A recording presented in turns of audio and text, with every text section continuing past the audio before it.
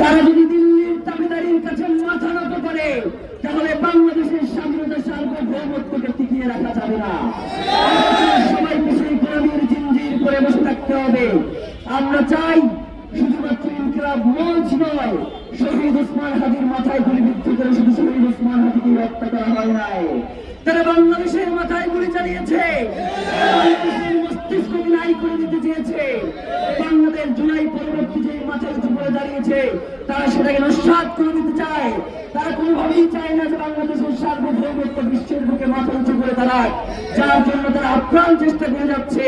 আমরা এও জানছি যে তারা আমাদের ভাইদেরকে হত্যার জন্য এখন বিভিন্ন প্রচেষ্টা করে যাচ্ছে। আমি আপনাদেরকে জানিয়ে রাখি যে কোনোভাবেই শহীদ ওসমান হাদি কেন আমাদের প্রত্যেককে যদি মেরে ধরা হয় তবুও বাংলার জমিনে একজন যদি জীবিত থাকে সে ইনসাফ কায়েমের জন্য এই লড়াই চালিয়ে যাবে।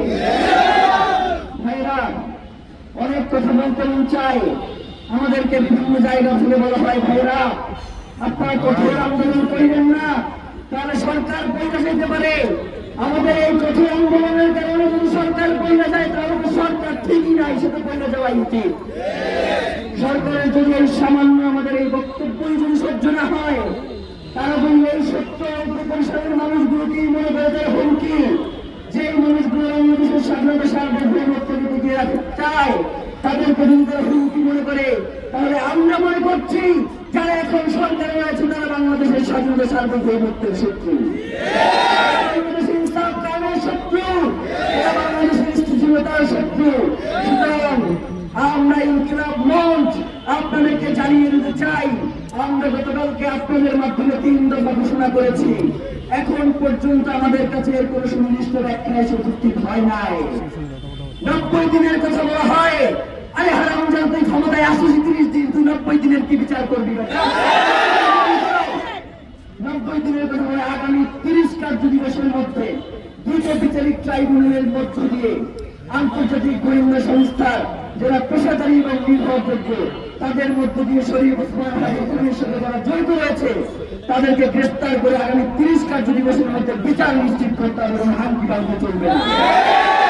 প্রিয় ভাইয়েরা, আমরা বলেছি আমাদেরকে এখনো বিভিন্ন মাধ্যম থেকে জানানো হয় যে শহীদ ওসমান হাদিকে যারা হত্যা করেছে তারা এই দেশেই রয়েছে, এবং আমাদেরকে বলা হচ্ছে যে 25 তারিখ সকালে জনাব তারেক রহমান দেশে আসবেন, তার জন্য জনগণ তৈরি হয়ে থাকবেন।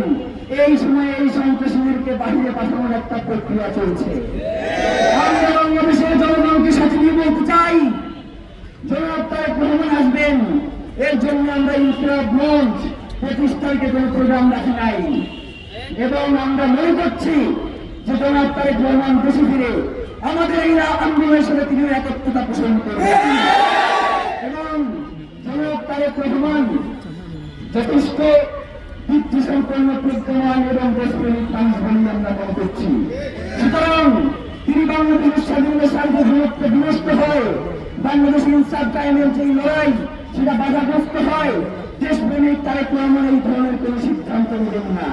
তিনি অবশ্যই যাতে অতি দ্রুত ওসমান হাদির খুনিদেরকে বিচারের মুখোমুখি করা যায় এবং 30 দিনের মধ্যে সেই বিচারটা সম্পন্ন করে যায়, সেক্ষেত্রে তিনি আমাদের সাথে একতা পোষণ করে এই আন্দোলনে সামিল হবেন।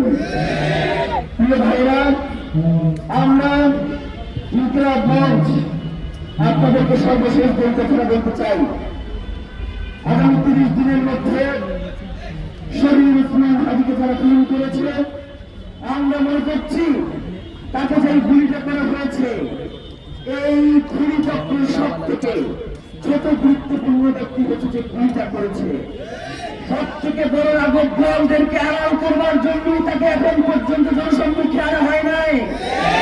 এই রাঘবল কারা আমরা জানি, আমরা বোঝার চেষ্টা করছি। যদি এই রাঘবদেরকে জনতার সম্মুখীন না আনা হয়, যদি এই রাঘবদেরকে কোনোভাবে আড়াল করবার চেষ্টা করা হয়, বাংলার জনগণ যদি তখন রাজপথে নেমে আসে, আপনাদের সেই সামর্থ্য নাই এই জনগণকে আপনারা কোনভাবে উপরে তুলে নিয়ে যাবেন। এই জনগণ একবার রাস্তায় নামলে জুলাই হয়, এই জনগণ একবার রাস্তায় নামলে বাংলাদেশের স্বাধীনতা সার্বভৌমত্ব টিকে যায়। সুতরাং যারা স্বাধীনতা সার্বভৌমত্বকে বিনষ্ট করতে চান, আপনাদেরকে আমরা হুঁশিয়ারি করে বলতে চাই, বাংলার জনগণ আমাদের শুধু অপেক্ষায় রয়েছে যে আমরা কি কর্মসূচি ঘোষণা করব। আগামী 25 তারিখের পরে আমরা বাংলাদেশের লাগাতার কর্মসূচি ঘোষণা করব এবং সারা দেশে সেই কর্মসূচি বাস্তবায়িত হবে। ওসমান হাদির খুনিদের গ্রেফতার করে না করা পর্যন্ত বাংলাদেশে আমাদের এই লড়াই চলমান থাকবে। আমরা যদি মরেও যাই আপনারা এই লড়াই চালিয়ে যেতে প্রস্তুত আছেন না? সুতরাং আমাদের প্রধান দাবি হচ্ছে শহীদ ওসমান হাদির হত্যার সাথে যারা জড়িত রয়েছে সকল কুশলীদেরকে দ্রুত আইনের আওতায় নিয়ে আসা।